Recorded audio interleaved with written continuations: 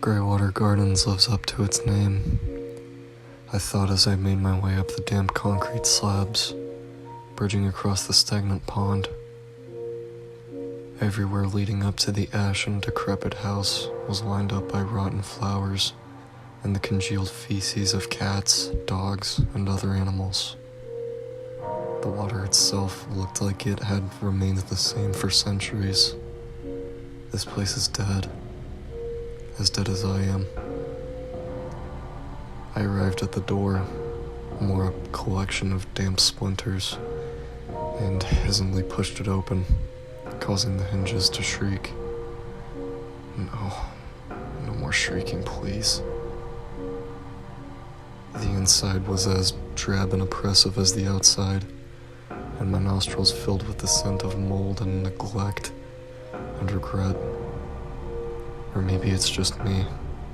I hadn't showered in days. I couldn't face the water. There was what appeared to be some kind of waiting area, 3 or 4 old wicker chairs, and one of those "please be seated" signs you find in posh restaurants. So, looking around for the slightest bit of human company, I sat down and waited. Despite myself, my wallet found its way into my hands, and the picture of them that I kept in there found its way in front of my eyes. I could never throw this away, no matter how many times I told myself to, for the sake of my own sanity, but I couldn't. This was all I had left of her fair white skin and pale blue eyes and ginger hair I'd tease her about, and the freckles on her face and chest.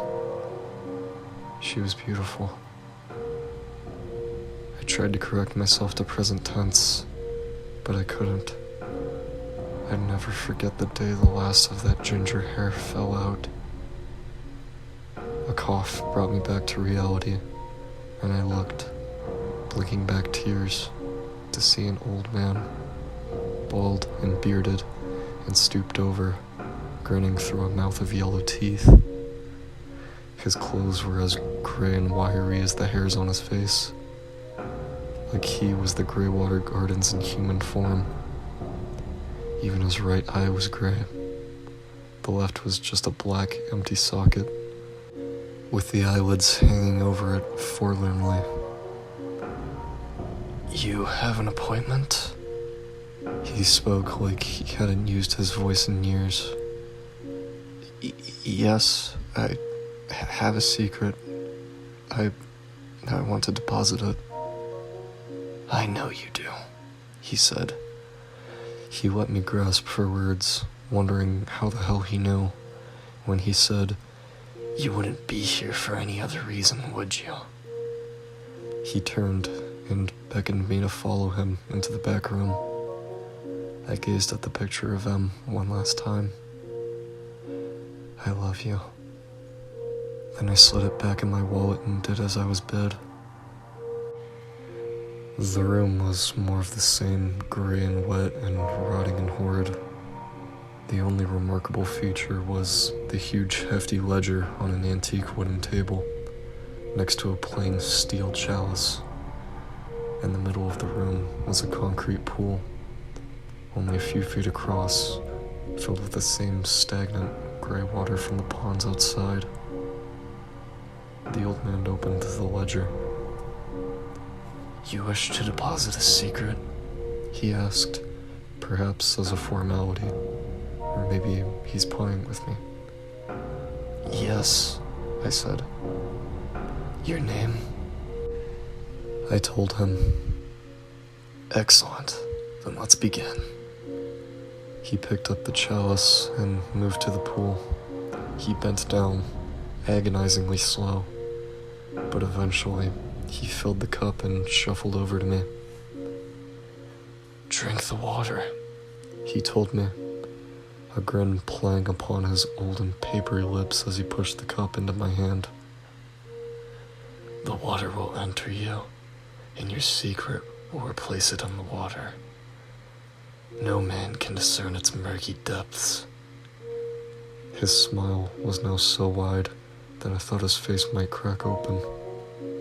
But be warned, once I have taken custody of your secret, you can never reveal it. No one will ever know. But there will be no confidence or confession or chance of redemption. Are you sure this is the path you wish to take? I am. I didn't even hesitate. No one can know, for both of our sakes. The old man shrugged and took a step back. I raised the cold steel to my face, but before I could drink, curiosity gripped me. Why do you take other people's secrets? In the world of the blind, He laughed, raspy and throaty, and tapped at his missing eye. the man with one eye is king. And I knew exactly what he meant. For you, Em, I thought as I downed my morbid toast. I dropped the chalice and left without a word, knowing now that she was safe. As I walked out of Greywater Gardens, I looked down at the putrid pond and remembered it wasn't the water that was gray at all, but her face. As I held her frail body down in the bathtub.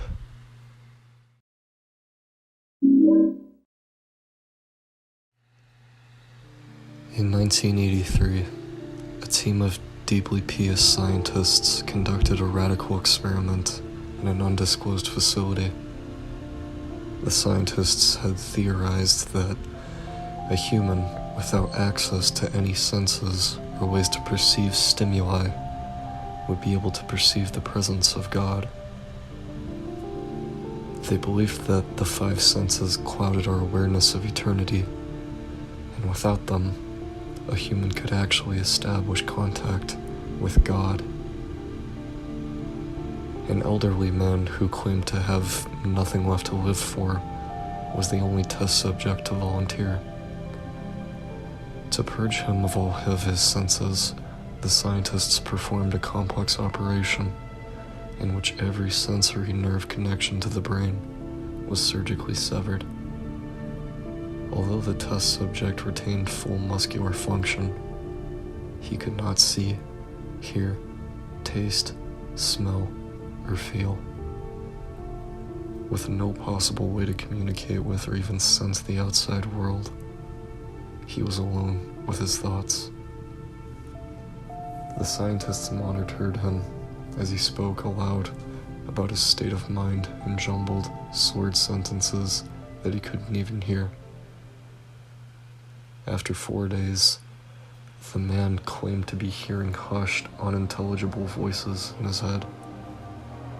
Assuming it was an onset of psychosis, the scientists paid little attention to his concerns. 2 days after that, the man cried that he could hear his dead wife speaking to him, and even more, he could communicate back.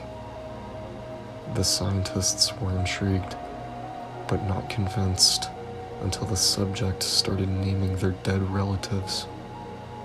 He repeated personal information to them that only their dead spouses and parents would have known. At this point, a sizable portion of scientists left the study. After a week of conversing with the deceased through his thoughts, the subject became distressed, saying the voices were overwhelming. Apparently, in every waking moment, his consciousness was being bombarded by hundreds of voices that refused to leave him alone. He frequently threw himself against the wall, trying to elicit a pain response, and begged the scientists for sedatives so he could escape the voices by sleeping.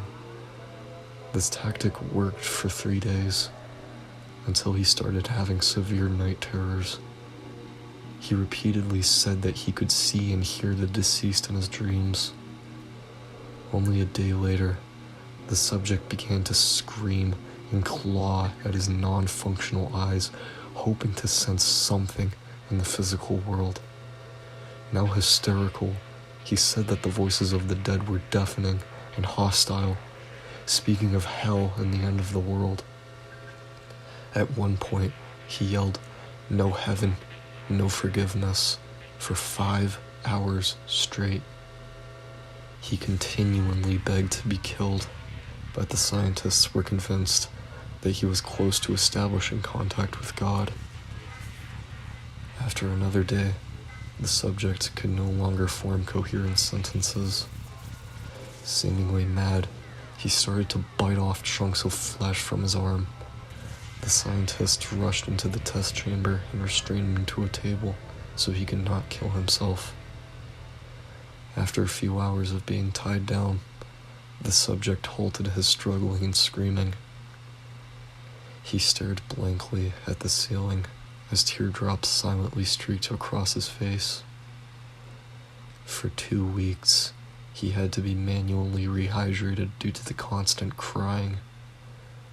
Eventually, he turned his head and, despite his blindness, made focused eye contact with one of the scientists for the first time in the entire study.